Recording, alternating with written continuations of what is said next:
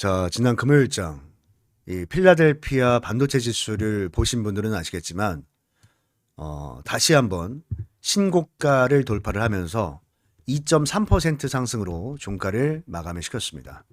그렇죠? 최근 이 지수 흐름을 보시면 대충 느낌이 오실 거예요. 요즘에 그 전쟁 뉴스 때문에 시장이 많이 시끄럽잖아요.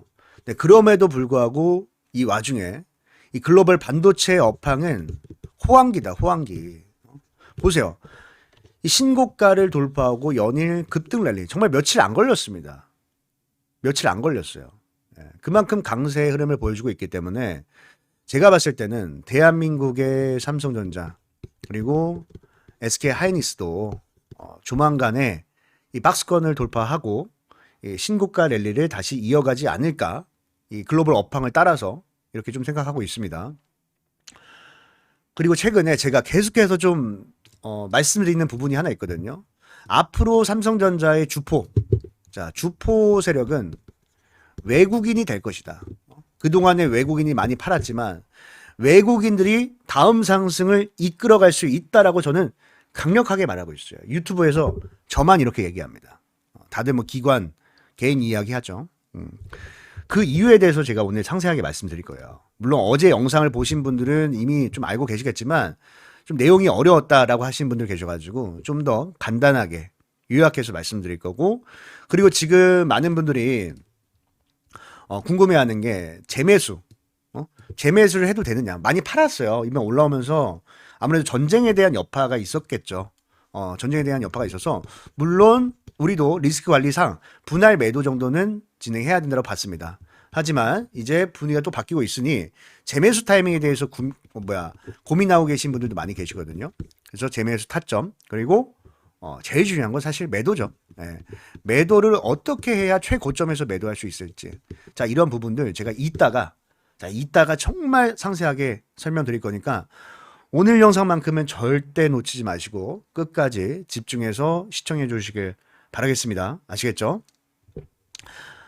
자, 일단 먼저 이 외국인들이 살 수밖에 없는 이유. 자, 이유에 대해서 말씀드릴게요. 뭐 이번에 뭐 실적이 57조가 나와서 산다. 앞으로 뭐 70조가 나와서 산다.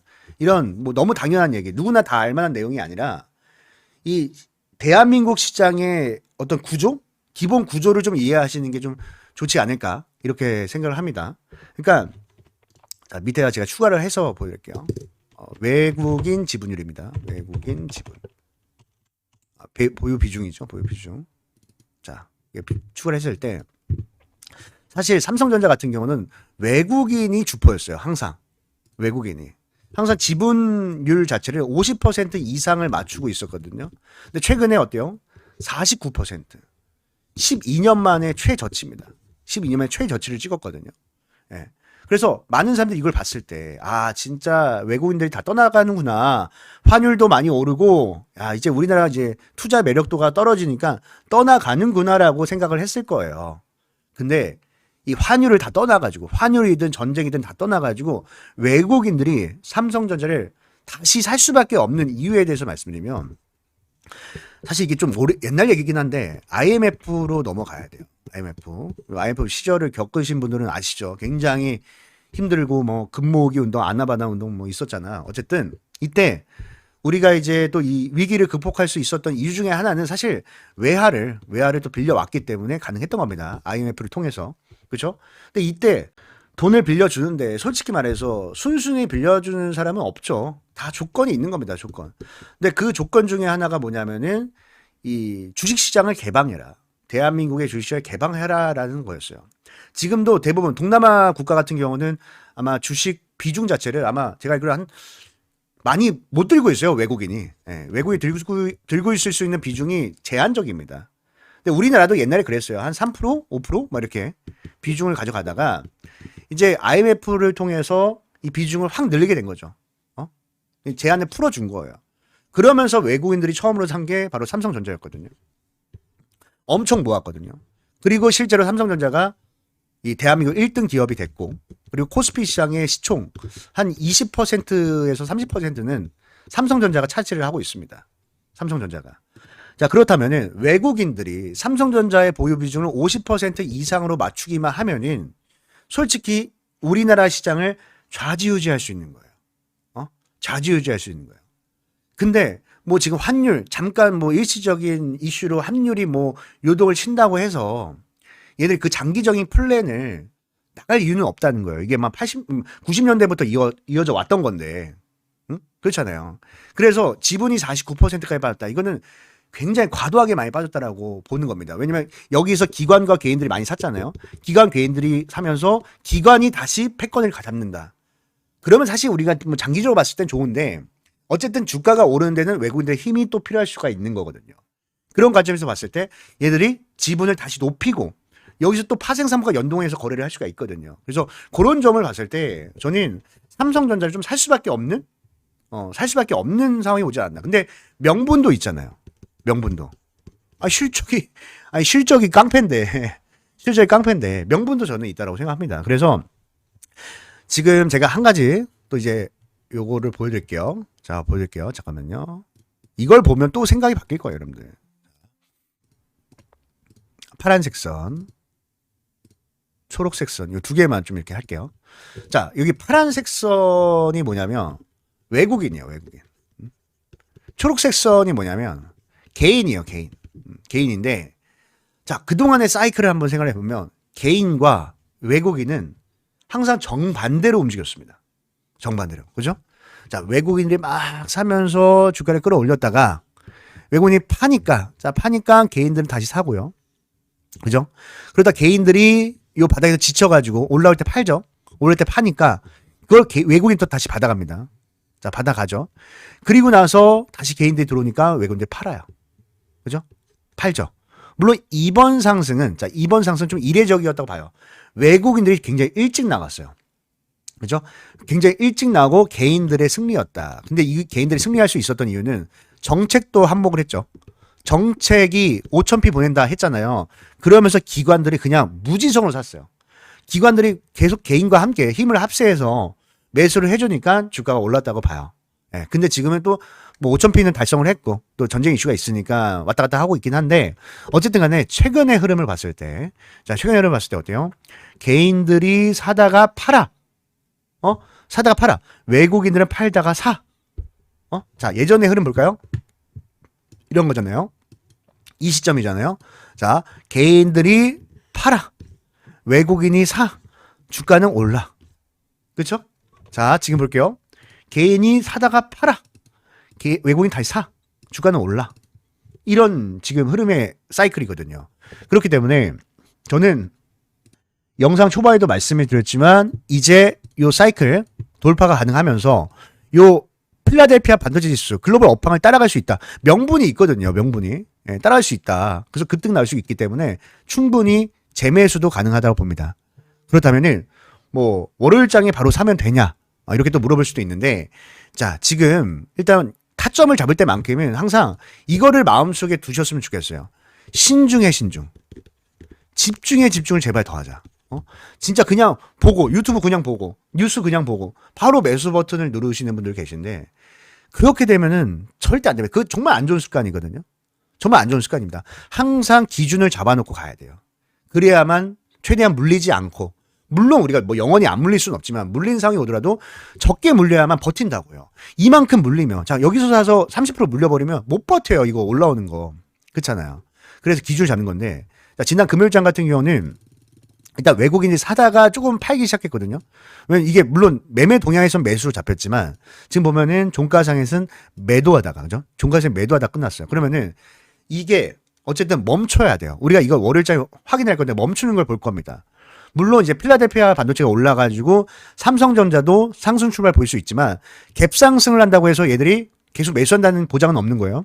올랐을 때 또 팔 수가 있어요. 팔 수가 있어서 이 매도가 멈추는 걸 일단 첫 번째로 확인을 하고 또 뭐예요? 거래원을 통해서 이들의 물량이 확실하게 들어와 주는지 이걸 보고 접근을 할 겁니다. 그리고 항상 매물대 안에서 거래를 해야 돼요, 여러분들. 매물대 안에서. 이렇게 고점에서 거래가 없는데 잡으면은 바로 물리는 겁니다. 매물대 아래에서 거래를 하는 거고. 반대로 매도는 어떻게 하냐? 매도는 돌파를 하는 순간부터는 이거예요. 여기도 마찬가지죠. 돌파를 하면은 이제 매물이 없고 다 수익을 보고 있기 때문에 계속 돈이 들어와요. 돈이 들어오다가 기가 외인들이 매도하는 시점. 이 매도하는 시점은 제가 예전에 매도 타점을 잡았던 영상이 있거든요. 한 달 전에 보면은 세력들이 동시효과에서 물량을 던졌다. 이거 한번 보여드릴게요. 잠깐만요. 여기 투매가 나왔다 하면서 설명드렸는데 이게 어느 시점이었냐면 여기에요. 여기. 전쟁이 나기 직전입니다. 전쟁이 나기 직전에 얘들 뭘 알고 있었을 수도 있어요. 알고 있었을 제가 뭐 전쟁을 제가 맞춘 게 아니에요. 알고 있을 수도 있는데 요 시점이요. 요 시점. 요 시점에서 제가 매도 타점했어요. 요 시점에서. 그리고 어떻게 했어? 이렇게 빠졌잖아요. 그죠? 예. 네. 그래서 우리가 수급을 보면은 먼저 좀 대응을 할 수 있다. 선제적으로. 예. 네. 그래서 제가 요 삼성전자는 계속 모니터링을 하면서 말씀드렸던 기준에 맞춰서 뭐 매수 타이밍이든 아니면 추후에 매도를 해야 되는 매도 타이밍이 나오면은 우리 유튜브 시청자 여러분들께 다 보내드릴 거고요. 또 오늘 제 영상을 처음 시청하신 분들은 잠시만요. 제가 연락처를 모르실 것 같아서 적어놨습니다. 보이시죠? 한번 불러드리면 010-7908-3845입니다. 010-7908-3845 여기다가 제가 한눈에 알아볼 수 있게 삼성전자니까 삼성. 자, 삼성이라고 딱 두 글자 문자 한 통 남겨놓으시면 돼요. 예, 문자 남겨놓으시면이 제가 말씀드렸던 타점들 공유해 드릴 거고요. 또 제가 이렇게 도움을 드리는 만큼 여러분 저에게 구독, 좋아요.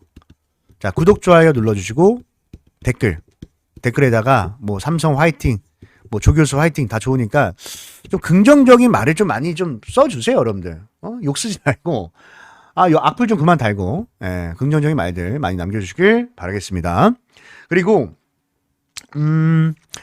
제가 뒤에다가 또 주말인데도 불구하고 시간을 내서 제 영상을 끝까지 봐주신 분들을 위해서 히든 종목을 또 준비했습니다. 히든 종목. 그래서 끝까지 보신 분들만 받아갈 수 있는 거니까 꼭 받아가셔서 다들 좋은 수익 냈으면 좋겠는데 어떤 종목이냐. 자, 지금 우리가 전쟁 때문에 다 놓치고 있는데 실적 시즌이거든요. 실적 시즌. 예. 그러면 실적주를 잡아야 되는데 어떤 실적주를 잡아야 되냐. 어려워들 하세요. 근데 이렇게 생각해요. 맨날 100점 맞는, 맨날 100점 맞는 종목이랑 빵점, 20점, 50점 맞는 종목이 있어요. A라는 종목, B라는 종목이 있어요. 뭐가 낫습니까? 뭐가 나요? 당연히 B가 난 거예요. 100점. 표면상의 숫자는 중요하지 않습니다. 왜? 100점은 사실 점수는 높지만 성장을 하지 못하고 있다라는 뜻이에요. 근데 두 번째 종목은 뭐예요? 아직 점수는 낮지만 앞으로 성장한다. 기대감이 있잖아요. 기대감. 이런 종목을 잡아야 되거든요. 그래서 제가 뒤에다가 이런 히든 종목을 준비했으니까 꼭 받아가셔서 다들 좋은 수익들 냈으면 좋겠습니다. 아시겠죠? 제가 종목 선정을 할 때 가장 중요한 게 뭐라고 말씀드렸습니까? 네, 물론 차트 분석 중요합니다. 수급 분석도 중요해요. 하지만 무엇보다도 가장 우선시돼야 되는 것은 재료 분석이라고 말씀을 드렸습니다. 자, 왜냐면 어떤 종목이든 간에 결국에는 재료의 기대감이 살아 있어야 이 기대감이 시장의 관심을 불러오고 또 이 시장의 관심이 수급으로 유입이 되면서 차트가 형성이 되는 거기 때문에 가장 우선시해야 되는 것은 재료 분석이다. 이렇게 설명을 드렸거든요. 근데 여기서 우리가 재료를 선정을 할 때도 뭐 나만 좋아하는 재료는 안 됩니다. 그죠? 시장의 모든 참여자들이 좋아하는 재료를 선정해야 우리가 큰 수익을 낼 수가 있는 거예요. 근데 제가 20년 넘게 이 바닥에 있으면서 느꼈던 거지만 언제나 먹히는 재료가 있습니다. 언제나 사람들이 좋아하는 재료는 있었어요. 그게 뭐냐면 흑자 전환입니다. 흑자 전환. 자, 흑자 전환이 뭐죠? 자, 한 기업이 실적이 계속해서 안 좋다가 흑자 전환을 하면서 이제부터 성장을 시작하는 종목이다. 이렇게 보시면 되겠죠. 그래서 오늘 제가 준비한 종목은요. 자, 봤을 때 상당히 오랜 기간 동안 영업이익이 감소를 하면서 주가도 깊게 좀 조정을 받았습니다. 조정을 받았는데 이 주가의 바닥권에서 실적이 턴 어라운드 됐거든요. 그렇죠? 보면은 지난 분기입니다. 지난 분기에서 이 흑자로 전환을 하면서 주가의 반등이 시작이 됐고요. 또 실제로 월봉 차트를 봤을 때, 자, 월봉 차트를 봤을 때, 주가의 바닥에서 이렇게 대량 거래 대금이 터지는 것은 뭐라고 말씀드렸습니까? 여러분들. 바로 이 스마트 머니. 자, 스마트 머니가 유입이 되는 거다. 그리고 나서 지금 이 쌍바닥이죠. 자, 쌍바닥을 그리면서 반등이 시작이 됐는데 지금도 보면은 거래 대금이 계속해서 증가를 하면서 이 장기 이평선을 돌파하기 직전에 놓여져 있다. 그러니까 골든 크로스 직전에 놓여져 있다라고 보시면 되겠습니다. 그리고 우리가 이제 수급을 봤을 때도요. 자, 수급을 봤을 때도 최근에 대량 거래 대금이 동반이 되면서 이 앞에 있는 언덕 매물을 한 차례 소화를 했거든요. 그래서 좀 주봉 차트를 잠깐 볼게요. 자, 주봉 차트를 보면은 이 박스권이죠. 자, 이 박스권 상단을 돌파하기 직전에 놓여져 있는데, 근데 거래 대금 보세요. 거래 대금. 어떻습니까? 이 박스에 있는 모든 매물을 소화를 했기 때문에 충분히 돌파가 가능하다.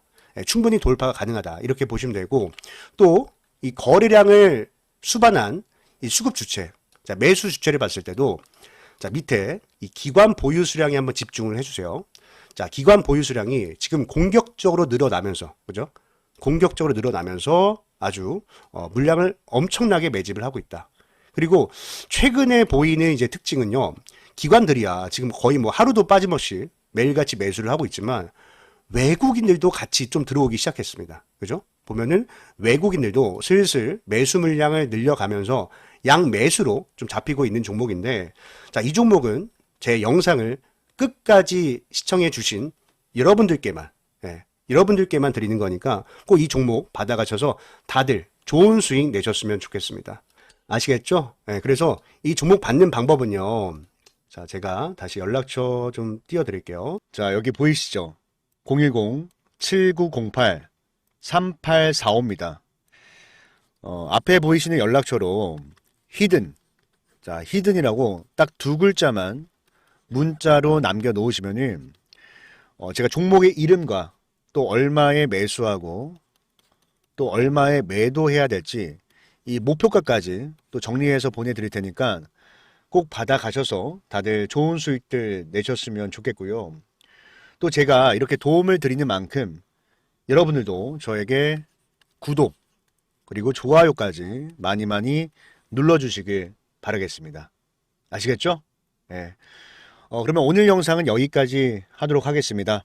자, 오늘 영상도 이렇게 끝까지 시청해 주셔서 너무나도 감사드리고 앞으로도 제 영상 또 자주 찾아주시면 너무나도 감사드리겠습니다. 자, 그럼 오늘 다들 고생 많으셨고요. 행복한 하루 보내시길 바라겠습니다. 여러분들 감사합니다.